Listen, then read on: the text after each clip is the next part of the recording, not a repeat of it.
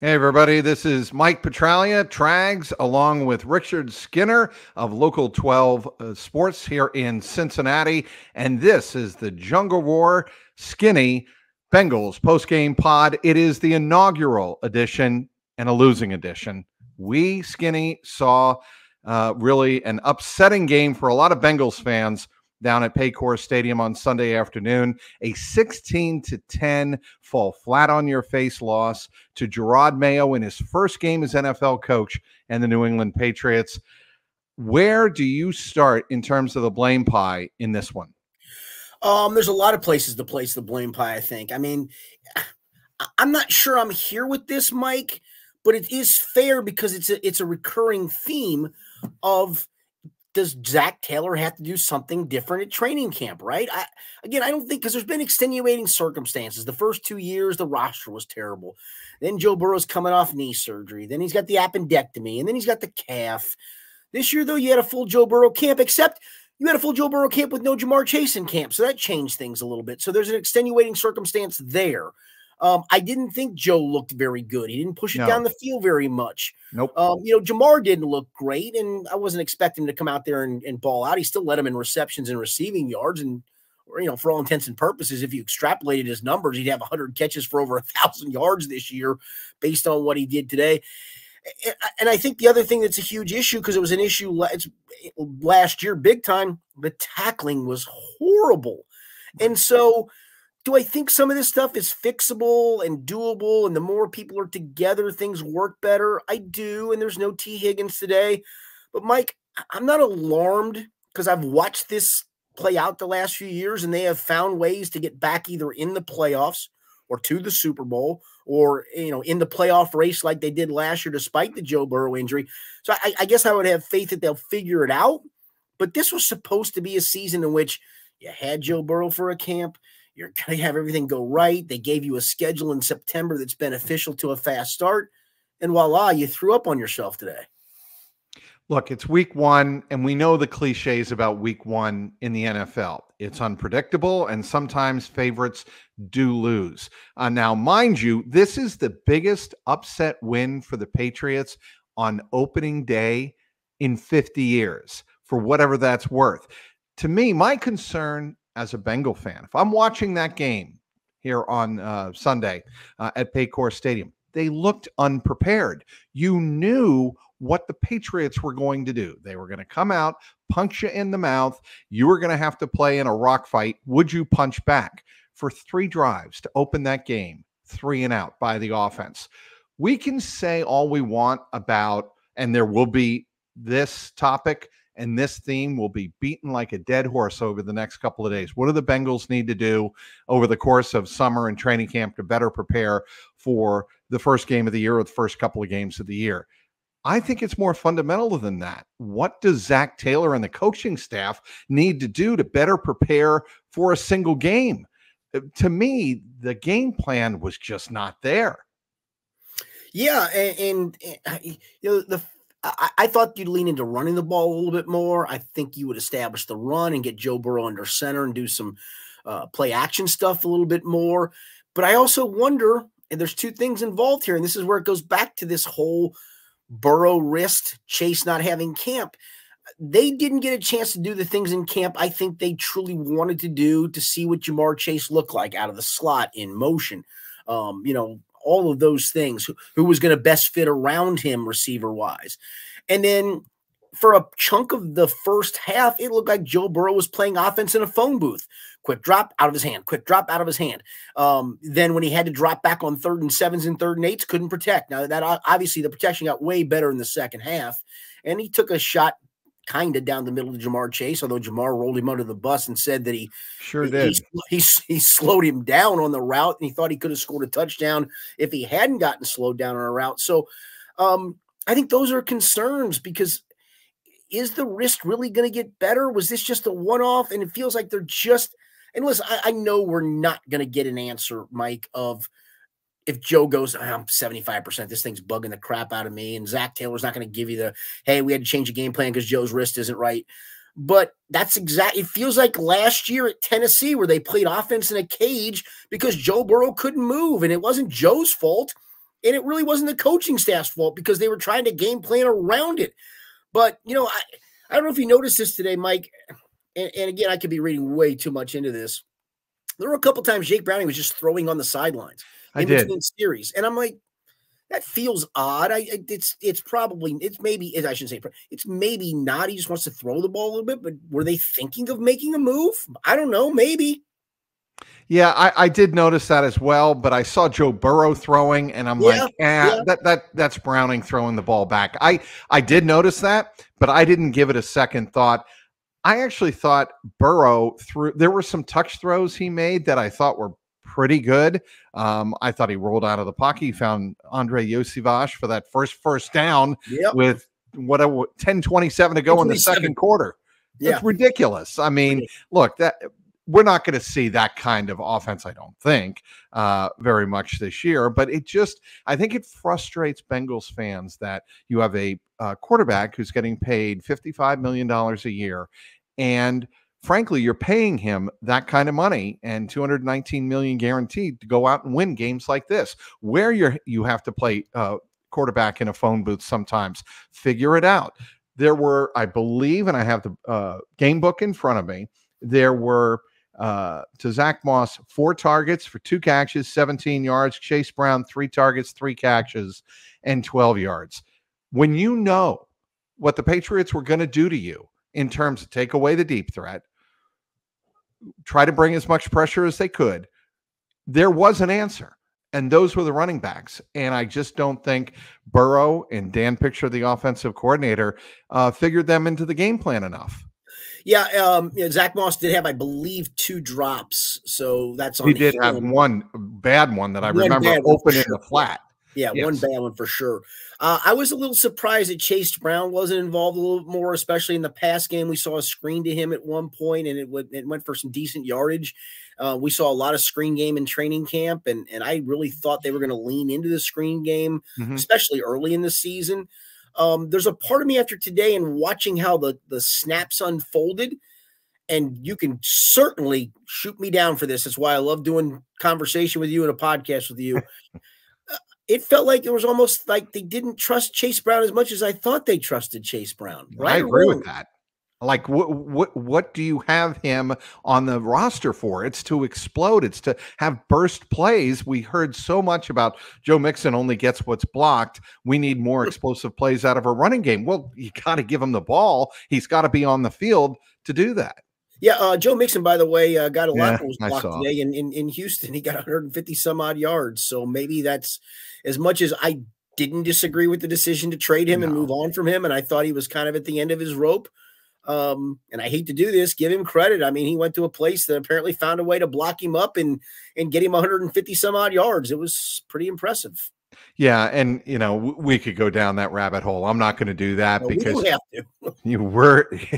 We've moved on from Joe Mixon. I am of the belief that this roster offensively has more than enough weaponry. Agreed. Even with T. Higgins out of the lineup today, they had enough weaponry to beat the New England Patriots. I'm not buying the argument that because T. Higgins wasn't in the lineup, you didn't have enough. I think you did.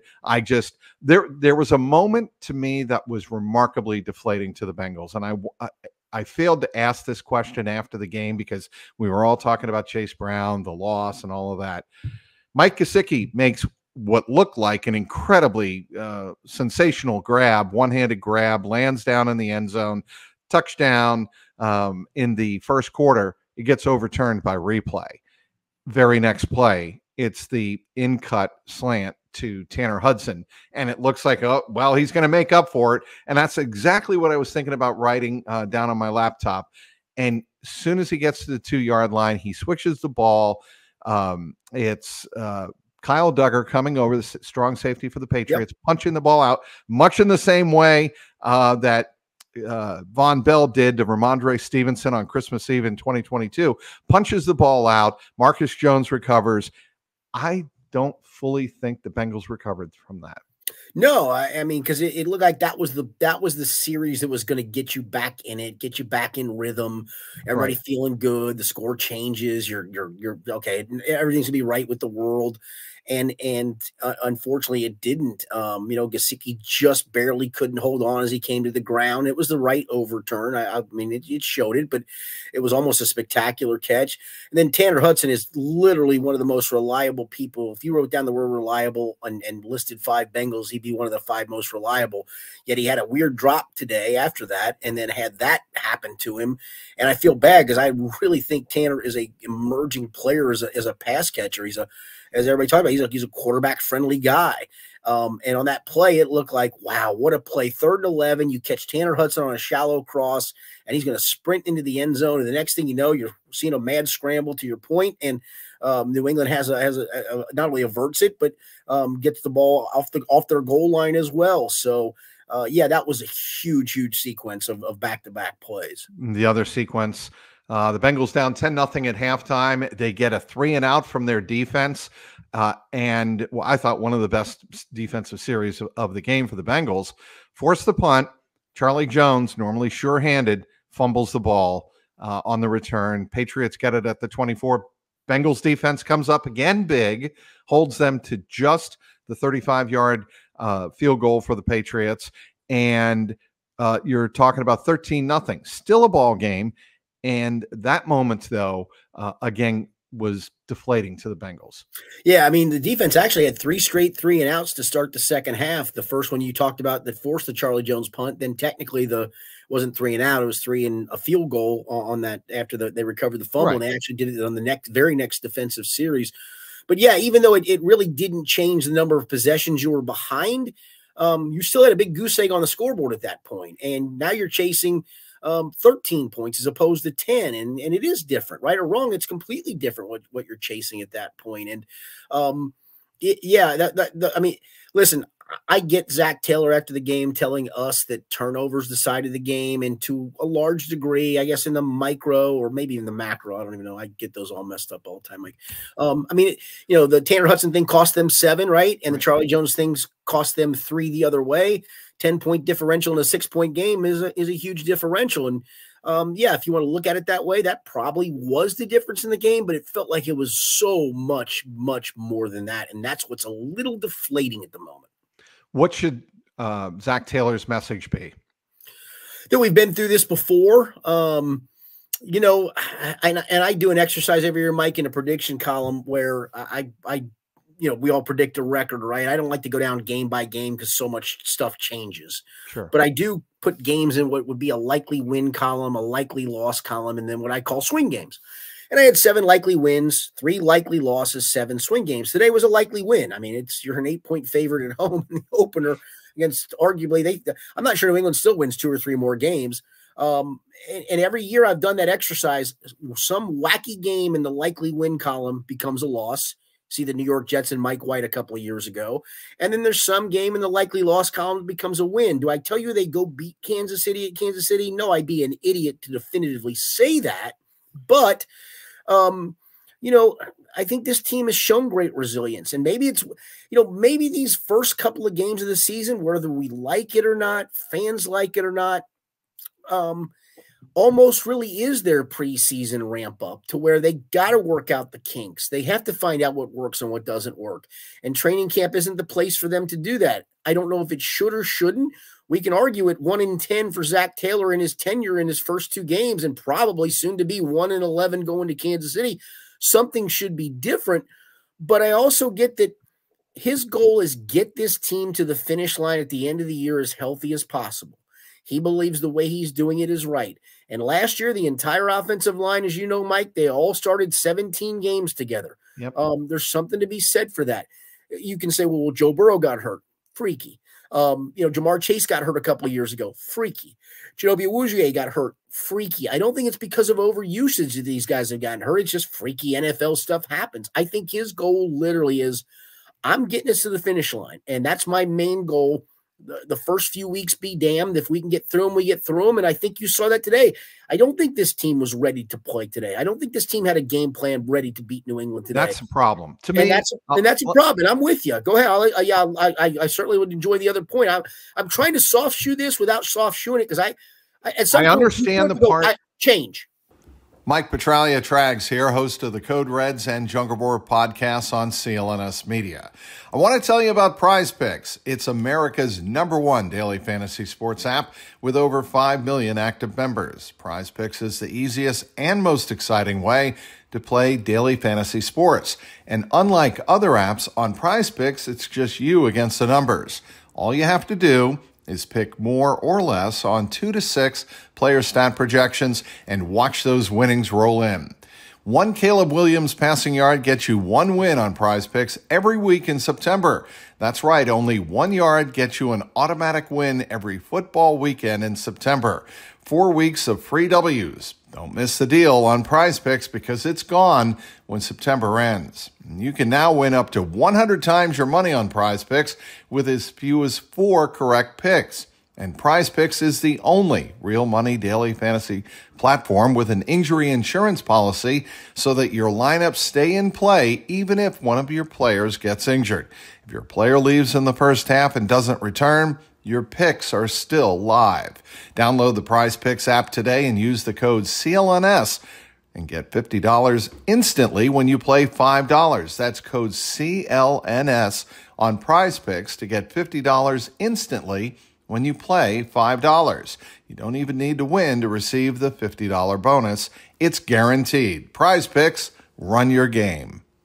I understand that you treat this part of the season as your ramp up, and I get that. It's the reality of today's NFL. It does not excuse, however, going into a game looking like you were out of completely I don't want to say disinterested, but you were flat. And it didn't look like you were prepared to take on the opponent. It's one thing to say, okay, we're going to have to ramp up and be ready to play physically. But it looked like they weren't ready for their opponent. Did it not to you? Yeah, no, I agree with that. So how much, and I'm going to flip a question on you because I appreciate where you went with that. So how much do you think the Jamar Chase situation affected today? How much do you think T. Higgins' injury situation affected today? I'm not looking for excuses. How much do you think that whether or not we know Joe Burrow is 100% healthy or not, how much do you think that affected today? Because today, even going in, it just felt wonky from the weekend, especially literally since talking to Jamar on Friday. My whole thought process was, this has a chance to go really weird. I don't think it will because New England's not very good, but it has a chance to go really weird. So I will answer that by giving you the impression I got from Jamar Chase postgame today. And that is, and I asked him, you seem pissed off, Jamar. Yes.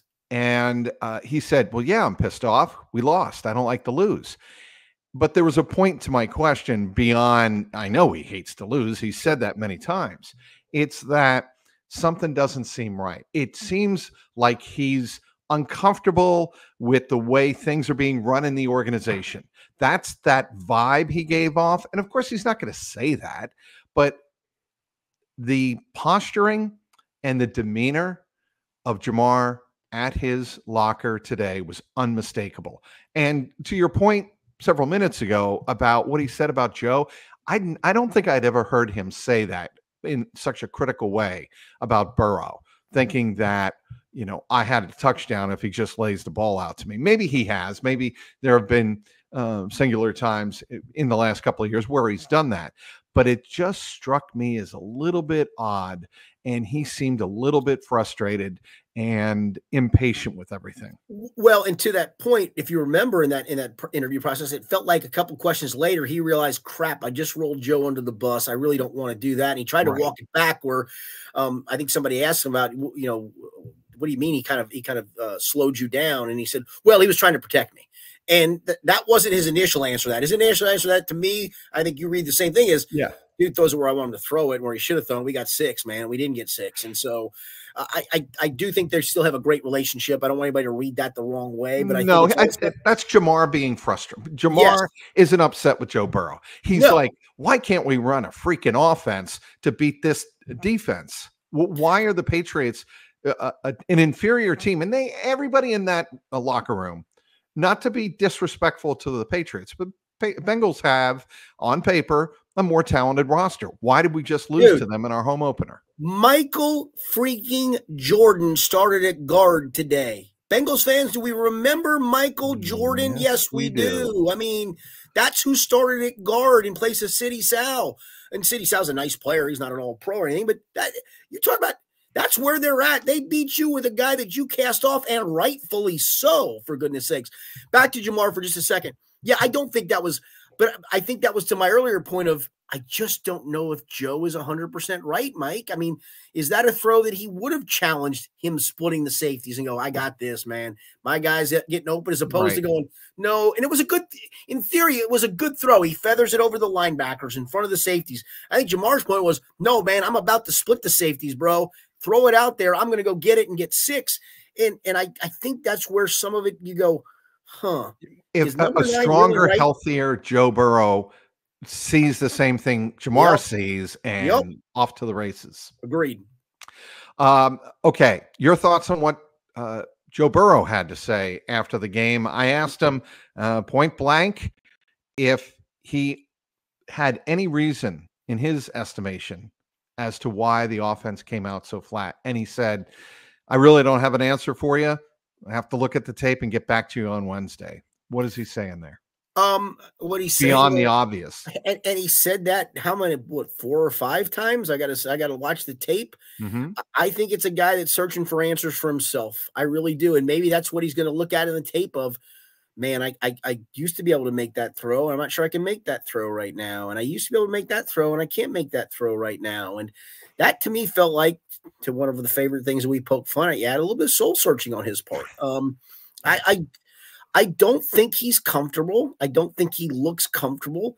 I got to give him all the credit in the world for trying to play through everything, but I think it's scary at the moment for him and for this organization where that wrist is, in my opinion. The fact that, and again, I like Joe, and I get that we all deal with athletes that occasionally they treat you bad and you just go. I mean, the fact that he cut that thing off so quickly when somebody's about to ask another question, go, thanks guys, and left.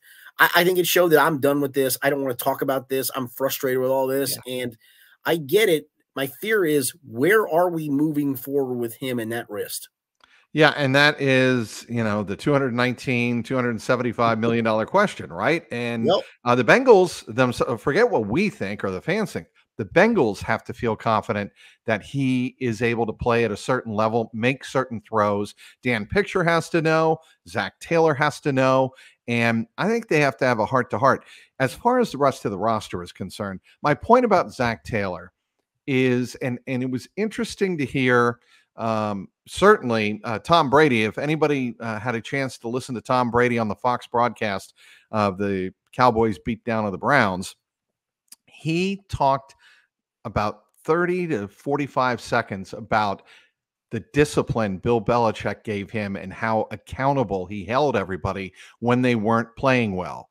And not to turn this into that's Belichick, and they played the Patriots here, and Gerard Mayo is picking up where Bill Belichick left off. But the point of the matter is there enough accountability inside that building to correct things and have enough players and coaches pissed off and saying, that's not our standard. We've got to take corrective measures. Yeah, I do. Listen, I wouldn't want to tangle with Von Bell if I was anybody in that locker room. I mean, he's one guy I would not tangle with in a heartbeat if I'm a player. And there's others. And Joe Burrow's personality is strong. Jamar's personality is strong, more so Burrow probably than Jamar. That being said, I don't think that's the issue here. I really don't. I think they'll hold each other accountable. I think they've always been great about that. I think that's why this team bounces back. That's why this team has had success. All of those things. I just wonder if we get to a point of, again, Burrow's wrist isn't getting much better and they can't do certain things on offense. And maybe it does. I hope it does for Bengals fans' sakes. What if we're in week 5 and they just lose to the Ravens to go 2-3 and Jamar Chase goes, my calf hurts a little bit. I'm good for now. And you've seen this before, Skinny. Sure. I saw with AJ Green. I mean, what if unfortunately T, because I don't think T, I know a lot of people have pointed to T of, is he making a business decision today? I don't think he is, because he needs to play and play well to get paid. It does him no good. It does just the opposite. He's hurting his value going forward with another hammy. But to your point, another is the key word there. It's another hamstring issue. And you can go back to the end of his college days, and this seems to pile up. And it sucks because, this kid should get paid at some point from somebody. It's not going to be the Bengals from somebody. But if he's not going to put up numbers, he can't play. He's not going to. And I just wonder if all this melding pot of nonsense or, bad things just derails this season completely. Again, I don't want to go over my skis off of one game because I said I've watched this team lose early in a season and suddenly, last year, Mike, last year looked like a daggone disaster, right? And then they rip off all those wins in a row, including one at San Francisco, and it was like, oh, okay, yeah, this team's got it together. And then what ends up happening, unfortunately, Joe Burrow gets hurt again. Jake Browning did fine, but he's not Joe Burrow, and the season went sideways. And so I can't ever sell this team short, but this just, I hate to be an alarmist. I do. This just feels weirdly different in not a good way. Mike Petraglia, Trags here, host of the Jungle Roar and Code Reds podcasts on CLNS Media. Well, there is nothing quite like the thrill and excitement of taking in a football game live and in person. Some of my favorite memories when I was growing up was when my dad would take me to a Miami of Ohio game at Miami Field or a UC game at Nippert Stadium. Well, now there's a great app that helps you get the best tickets at the best prices. Game Time has a new feature called Game Time Picks that makes getting tickets to see your favorite teams play live even easier. Game Time Picks filters out the fluff to show you only incredible deals on great seats so you don't have to waste your time searching through thousands of tickets. They have lots of great features. Curated deals make it easier to find the best prices on great seats. They have something called the Super Deal.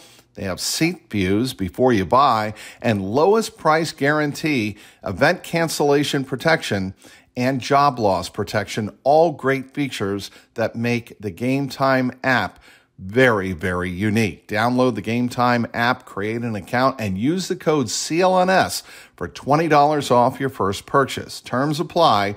Again, create an account and redeem the code CLNS for $20 off. Download Game Time today. What time is it?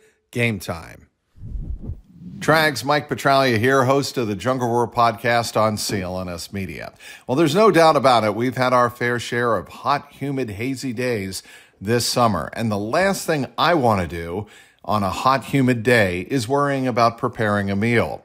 Well, there's an answer for that. Fuel up for them with Factor's no prep, no mess meals. Meet your wellness goals in time for summer thanks to the menu of chef-crafted meals with options like Calorie Smart, Protein Plus, and Keto.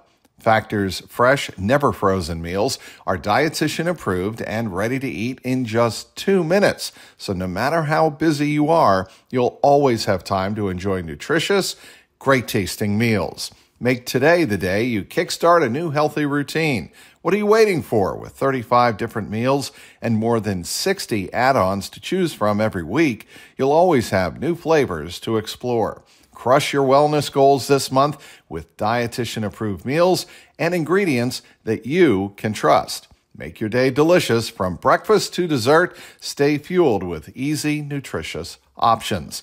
Head over to factormeals.com/Bengals50 and use code Bengals50. That's BENGALS50 to get 50% off your first box plus 20% off next month. That's code Bengals50 at factormeals.com/Bengals50 to get 50% off your first box plus 20% off your next month while your subscription is active. On my drive back home tonight, I did think of 2022. You had a home loss to the Pittsburgh Steelers in really a brutal fashion. In a weird fashion. Then you lose on the last play of the game in Dallas. You're 0-2. And that's obviously a specter that the Bengals face if they don't come out of Arrowhead with a win next week. They did manage to get that season back on track. It ended with 10 straight wins before the loss in Kansas City. To your point, Skinny, this team has shown before under Zach Taylor and Joe Burrow's leadership, they can right the ship.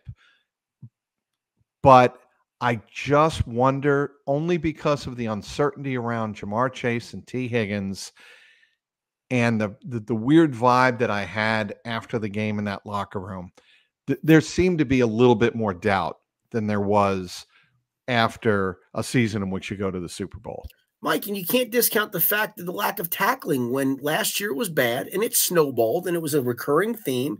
And they thought, okay, new season, we're going to get this right. We all know what the issue was. We got a more physical Von Bell back and a Geno Stone. And yeah, it stinks about GJ Reader, but we're going to be okay up front.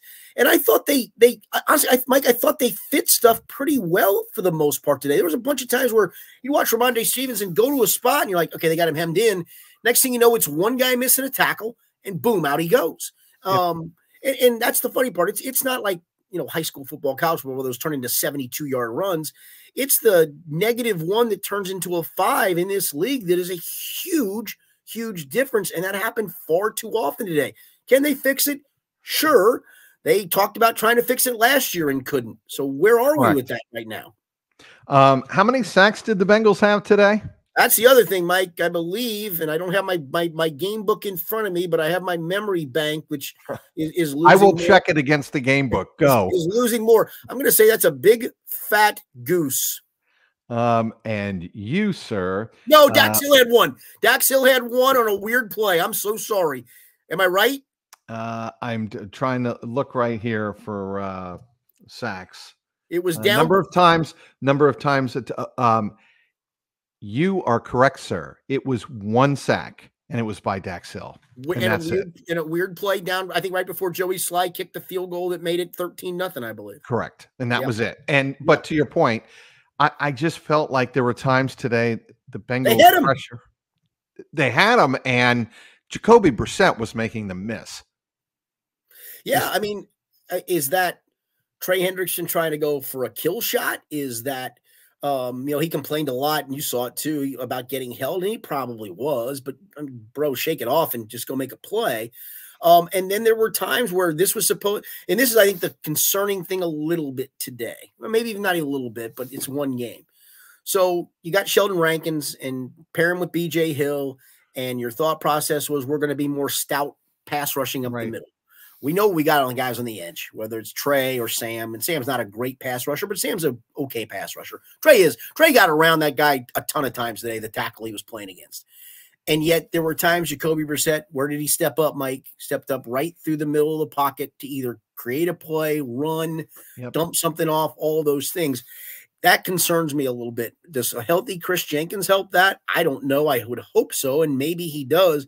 But I thought Sheldon Rankins was supposed to help that, and I didn't see it today. All right, we're going to wrap it up here. Anything else you want to that we haven't covered here in this inaugural Jungle Roar Skinny Bengals post-game pod? Yeah, Mike, I don't know. Like I said, it just feels different. I came out of the Pittsburgh loss a couple of years ago and just went, yeah, if the long snapper doesn't get hurt, they win. Last year in Cleveland, I'm like, yeah, dude's playing with a calf. If the calf gets better, they're going to be fine. It was in the rain. Blah, blah, blah, blah, blue. Today just felt like you had a layup at home. And yeah, you got some issues, but you don't have 1,000 issues. And your quarterback went through a camp. And you're supposed to, it just felt weird. And you know what, though? The great thing about this league, Michael, is you go to Kansas City and somehow win. And I know people right now are going, ha, ha, ha, good luck with that, you idiot. It's the league, man. If you do that, I think after 2 games, if we all sat down and said, what's the realistic record after 2 games? If I said, Mike, what's the real, hang on, let me say it. There it is. Mike, it's my fake gun to your head. What's the realistic record after 2 games? You would say, Skinny, 1-1. And I would say, Mike, yep, 1-1. And guess what you still have a chance to do? Get back to 1-1. Yeah, they do. And that is where we're at. Look, the frustration is about as high as it could be after an opening season loss, opening day loss of the 2024 season. But that's life in the NFL, as our veteran scribe Richard Skinner just pointed out. Be sure to cover all of Skinny's great work on local12.com. He does a fabulous job covering the Bengals all week long, all season long on local12.com. As for myself, yours truly, you can follow me on the X at Trags, Trags, CLNS Cincy with a Y.com, and the YouTube page. My YouTube page is youtube.com twitter.com/@JungleRoarPod. Until next week from Kansas City, where we'll be at Arrowhead Stadium, for Skinny, I'm Mike Petralia Trags, and this has been the Jungle Roar Skinny Bengals postgame pod.